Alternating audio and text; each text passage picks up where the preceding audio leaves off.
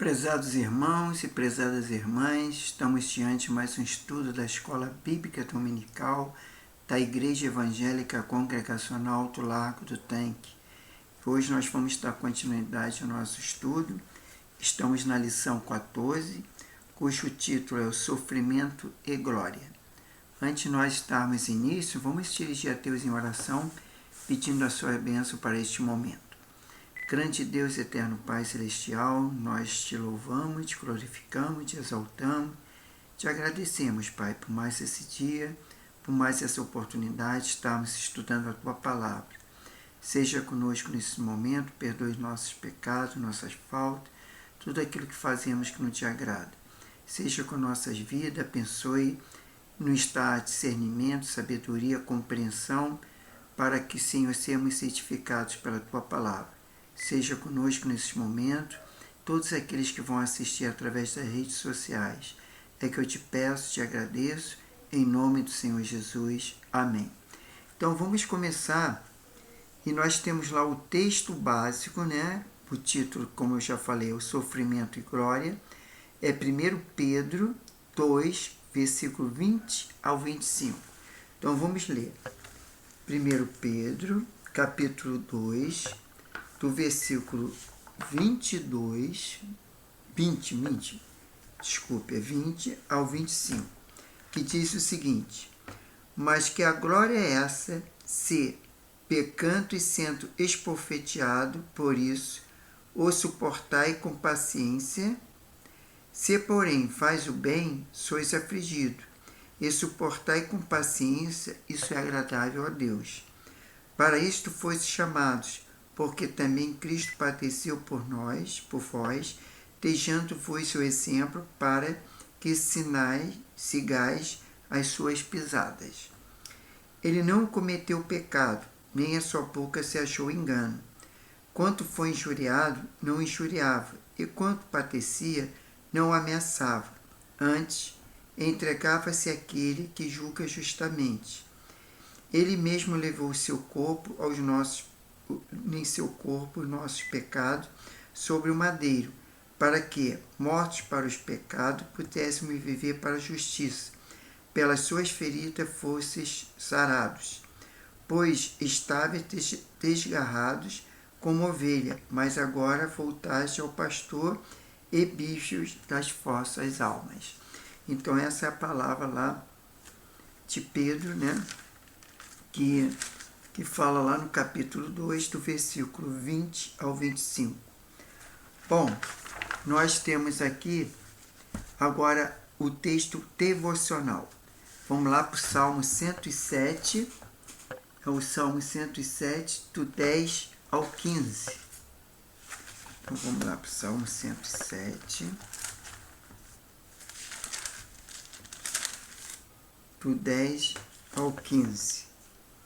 Alguns se assentaram nas trevas e nas sombras da morte, presos de aflição em ferro, porque haveres rebelado contra a palavra de Deus e desprezado o conselho do Altíssimo. De modo que lhe abateu o coração com trabalho. Tropeçaram e não houve quem ajudasse, melhor dizendo. Então clamaram ao Senhor na sua angústia e ele os livrou das suas aflições. Tirou-se das trevas e da sombra da morte, e quebrou suas cadeias. Tem graça ao Senhor pelo seu constante amor, e pelas suas maravilhas para com os filhos dos homens. Então, esse é o Salmo 107, capítulo 107, capítulo, né? Versículo 10 ao 15, que nós acabamos de ler.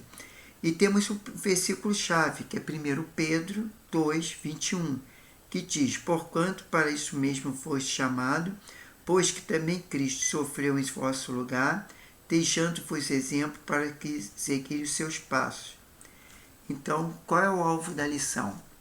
O autor coloca aqui: ao estudar esta lição, você terá condições de entender o sofrimento à luz da Bíblia, né? Então, e diz mais: o aluno será capaz de entender o sofrimento à luz da Bíblia, desejar seguir os passos de Jesus, não cobrar de Deus vida nem sofrimento, mas permanecer firme na fé apesar do sofrimento. Então, esse é o que o aluno será capaz de aprender. Então, vamos entrar agora na introdução, que fala: não sofra mais, pare de sofrer. Isto é o que ensina um número de cada vez maior de pregadores de nossos dias. A Bíblia, porém, não se cansa de avisar que os piedosos em Cristo também sofrerão neste mundo. Então, não importa o que se diz por aí, pois a palavra de Deus diz ao contrário. O próprio Cristo já havia avisado, entre aspas, no mundo tereis aflições. Está lá em João 16:33.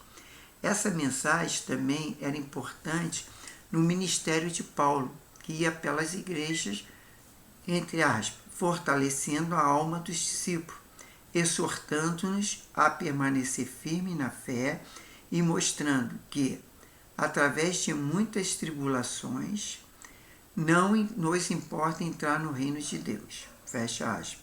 Está lá em Atos 14:22.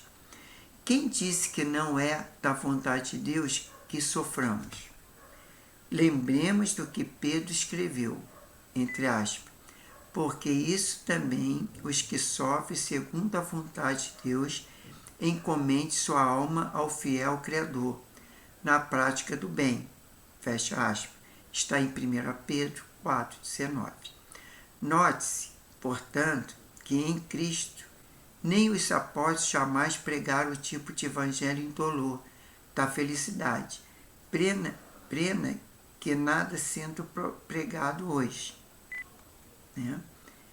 Ele colocou indolor na felicidade, a felicidade plena, tá certo? Que está sendo pregado hoje. Deus nunca prometeu liberdade temporal do sofrimento. Pelo contrário, ele nos adverte que quase em todas as páginas dessa escritura, o que desejamos preparados para o sofrimento, como disse Edvan Wesley.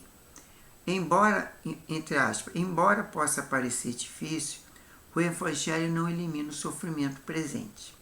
A Bíblia não fornece uma tecnologia para remover o sofrimento, mas nos ensina a viver no meio a ele. Pois a Bíblia nos ajuda a enfrentar o sofrimento. Bom, a seguir trabalharemos o assunto por meio de dois ângulos. Apresentaremos algumas declarações bíblicas acerca do sofrimento e logo após veremos como ele foi tratado na cruz. Primeiro, o sofrimento humano. Em algumas declarações bíblicas sobre a dor e o sofrimento humano. Nós agora entramos no item 1, que é o número original, porque o outro era algarismo romano, que tinha o título Sofrimento Humano. E aí vem número 1. O sofrimento não é o real problema do homem. Precisamos corrigir esse conceito de um homem sofredor para um homem mau e pecador. Antes de ser um sofredor, o homem é pecador.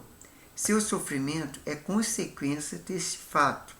A dor humana é, antes de mais nada, inimizade com Deus.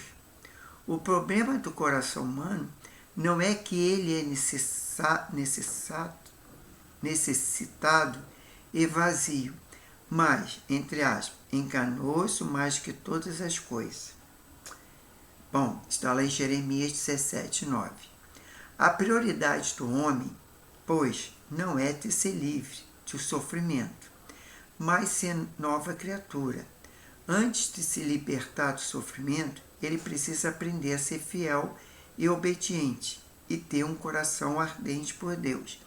Por isso, a prioridade de Deus não é nos poupar do sofrimento, mas restaurar a imagem de Deus em nós, conforme Romanos 8:29 e 1 Coríntios 15:49 e 2 Pedro 1, versículo 4. Número 2. A dor e o sofrimento como intruso no universo de Deus. A dor e o sofrimento são intrusos no universo de Deus. E um dia eles serão abolidos definitivamente. O mal entrou no mundo por causa do pecado do homem. A dor é agora uma parte permanente de nossa existência aqui na Terra, devido à maldição de Deus sobre o pecado. Mas um dia ela será removida, conforme Romanos 5, do versículo 12 ao 20. Número 3. O nosso sofrimento pessoal pode ser diferentes causas. Primeiro, letra A. Outras pessoas. Às vezes o nosso sofrimento pode ser culpa de outros. É o marido que abandona a mulher, é a mulher que ofende o marido, é o motorista bêbado que mata uma criança, é o homem que estrupa uma moça. Alguns perguntam por que Deus permitiu isso? Mas a resposta é, entre aspas, foi o marido, ou pai, ou assassino. Foi o pecado deles, certo?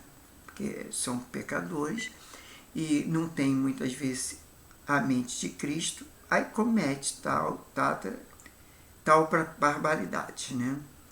Que é o que o marido muitas vezes agride a esposa, o pai que muitas vezes agride os filhos, até mata, né? O assassino, que é o cara que dirige o motorista bêbado, por exemplo, que atropela as pessoas e mata. E claro que isso aí é que devido ao pecado, porque se não bebesse e se o cara não fosse violento, ele tivesse a mente de Cristo, ele não ia cometer essas barbaridades. E vamos lá, letra B. Eu mesmo. Eu sofro porque pequei, perdi o amor dos meus filhos, porque as provoquei, estou doente, por causa dos meus vícios, da minha ira e da minha inveja e da minha ambição sem limite. Isto está em 1 Coríntios 11, versículo 30, João 15, versículo 14, Lucas 1, versículo 20 e Salmo 32, versículo 3 a 5 e Salmo 38, de 1 a 8. Bom, letra C, Adão. Romanos 5,12 ensina que fomos culpados em Adão. Por isso perdemos pessoas queridas pela morte. Temos que trabalhar arduamente e somente tão injustos e maus uns com os outros. E na letra D, Satanás. 1 Pedro 5,8 diz que o sofrimento pode vir dele. Jesus diz que ele é o homicida, conforme João 8,44. E que ele aflige as pessoas com doença, conforme Lucas 13, versículo 16, e Lucas 4, versículo 35 e 39, e 2 Coríntios 12, versículo 7, e ainda em Atos 10, versículo 38. Além disso, faz acusações e promove divisões na Igreja de Cristo. Tá? Vamos lá, letra E. Deus. Parece que Noemi cria que Deus era o responsável para o seu sofrimento, conforme Ruth 1, versículo 20. E até certo ponto ela estava certa, pois havia um plano sendo executado. Veja, 1 Pedro 4,19. Tudo isso nos ensina a não reduzir o sofrimento de uma única causa. Agora vamos lá para o número 4, que tem como título o sofrimento tem uma razão de ser. É como diz Stott, entre aspas, sempre que tem havido aqueles que insistem que o sofrimento é sem sentido, o que não podemos detectar absolutamente nenhum propósito nele. Mas os cristãos não podem seguir por esse beco sem saída, pois Jesus mencionou o sofrimento como sendo tanto para a glória de Deus, como para que se manifeste nele a obra de Deus, conforme João 11, versículo 4. E João 9, versículo 3. O propósito de Deus para o sofrimento é o bem. O bem não inclui necessariamente sem cessar, imediato a da dor. O bem maior é conformar-se na imagem de Cristo, conforme Romanos 5, 3 a 5. Agora, antes de entrar aí no item 2, que é o grego romano, a gente vê que aqueles discípulos perguntaram a Jesus, porque o cego, ele estava pedindo, Jesus, filho de Davi, tenha misericórdia de mim. e Jesus o curou. Mas os discípulos indagaram Jesus, perguntando o seguinte: quem foi que pecou? Foi o que nasceu cego ou seus pais? E Jesus disse que nem o cego, nem os seus pais pecaram para que acontecesse ele nascer cego, mas foi para se manifestar a glória de Deus. Entendeu? Porque Deus queria mostrar que ele pode curar o cego e ele pode perdoar os pecados. Muitas vezes, às vezes, a consequência de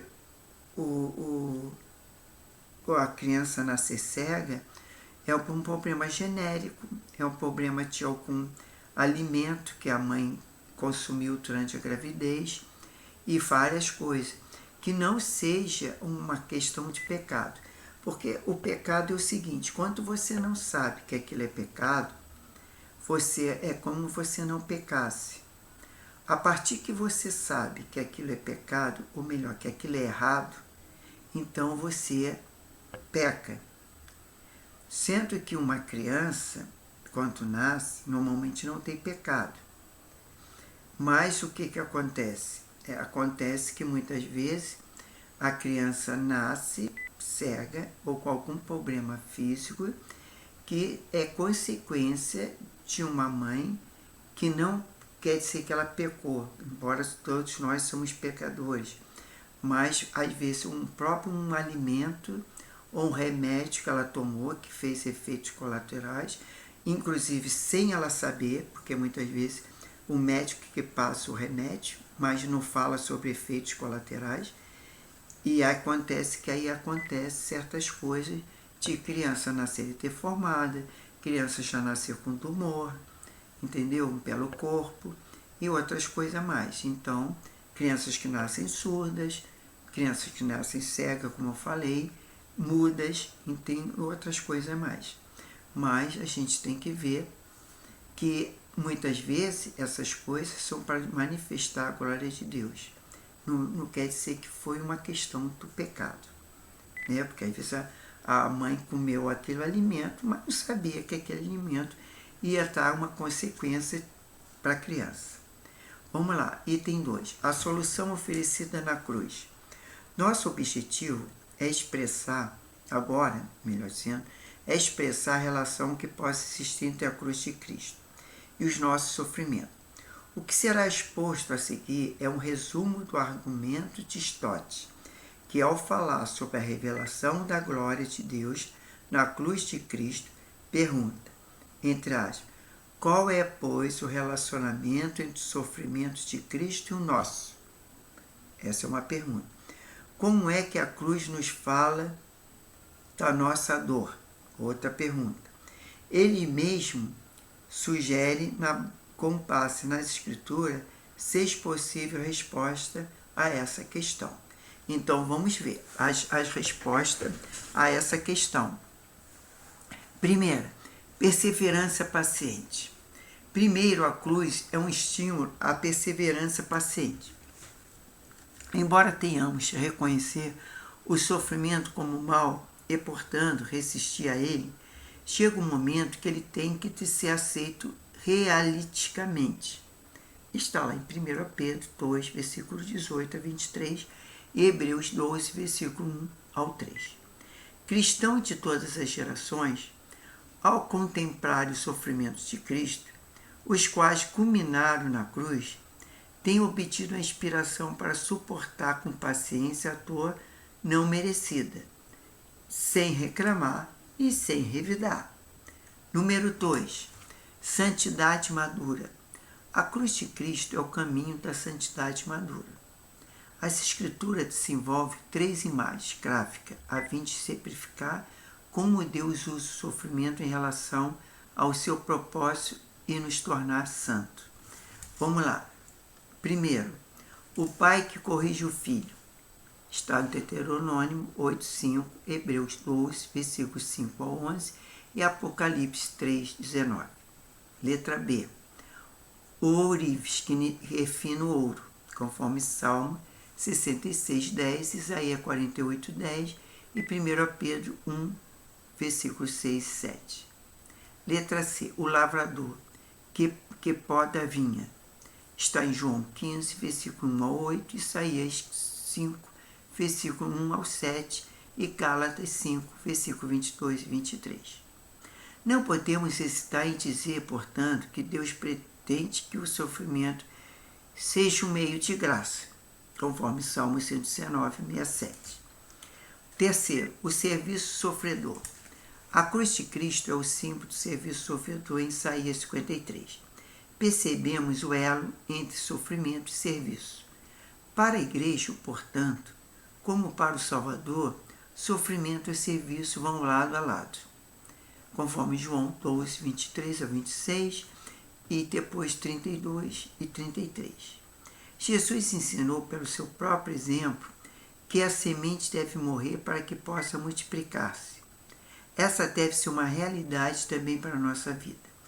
Paulo é o exemplo mais notável desse princípio, conforme Efésios 3, 1 e versículo 13.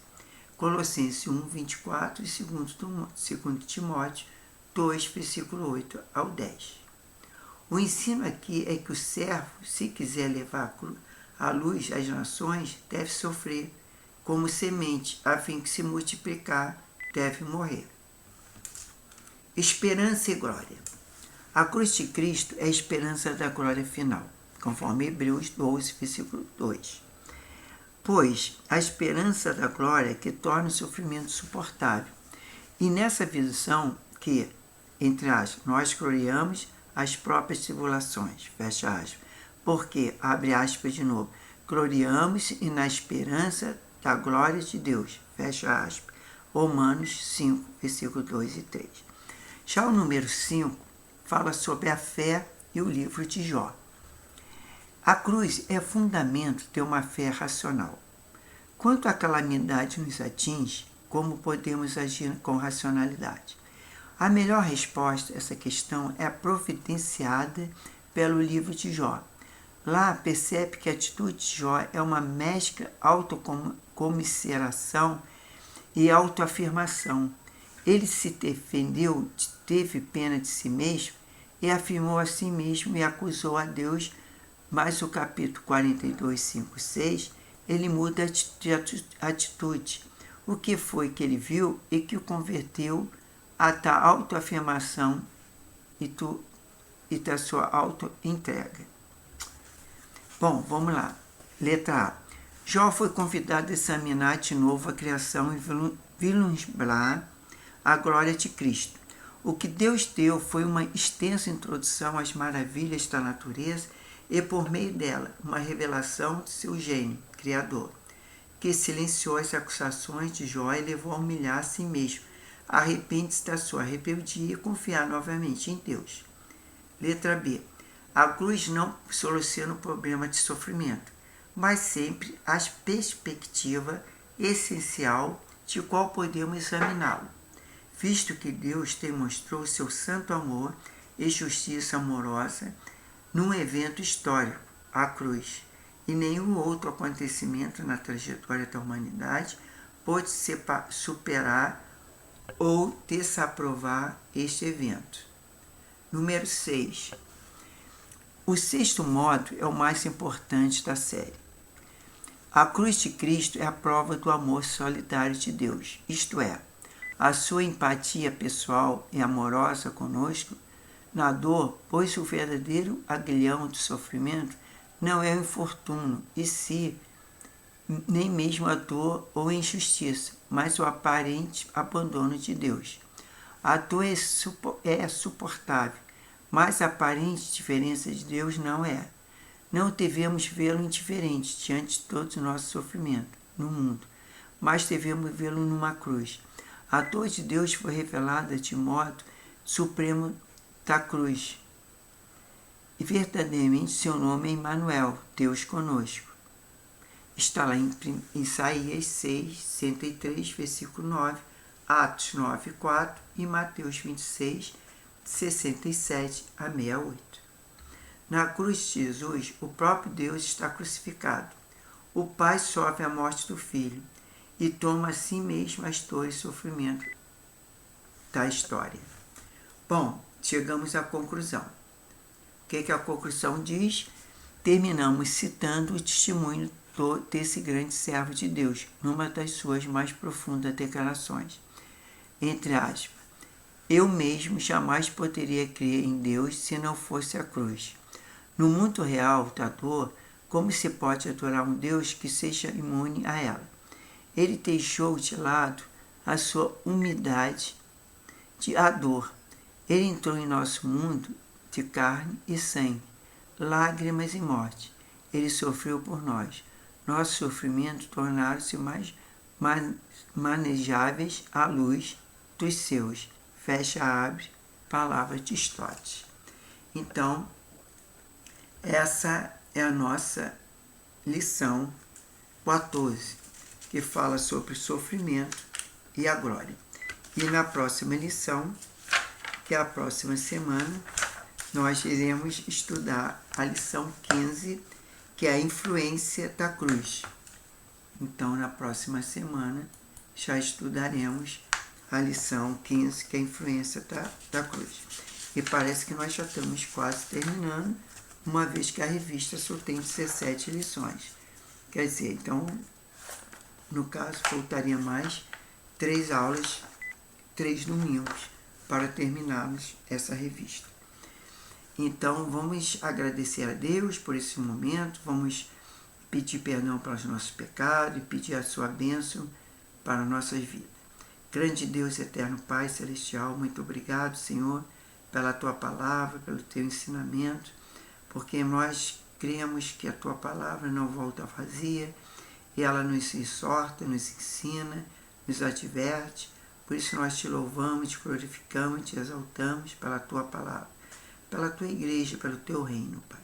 Muito obrigado por cada vida que está assistindo essa aula bíblica dominical, que o Senhor possa estar abençoando, dando discernimento, sabedoria, orientação vindo do alto, e perdoa, Senhor, nossos pecados, nossas faltas, e ensina-nos a andar nos Teus caminhos, Pai. E que o Senhor possa nos abençoar esse domingo, possa abençoar na semana, dando uns dias de bênção, de paz, de segurança e tranquilidade, Pai. E livra-nos de todo o mal. É que nós te pedimos, já te agradecemos, em nome do Senhor Jesus. Amém. Então, irmãos, fiquem na paz e a bênção para todos. Até a próxima semana.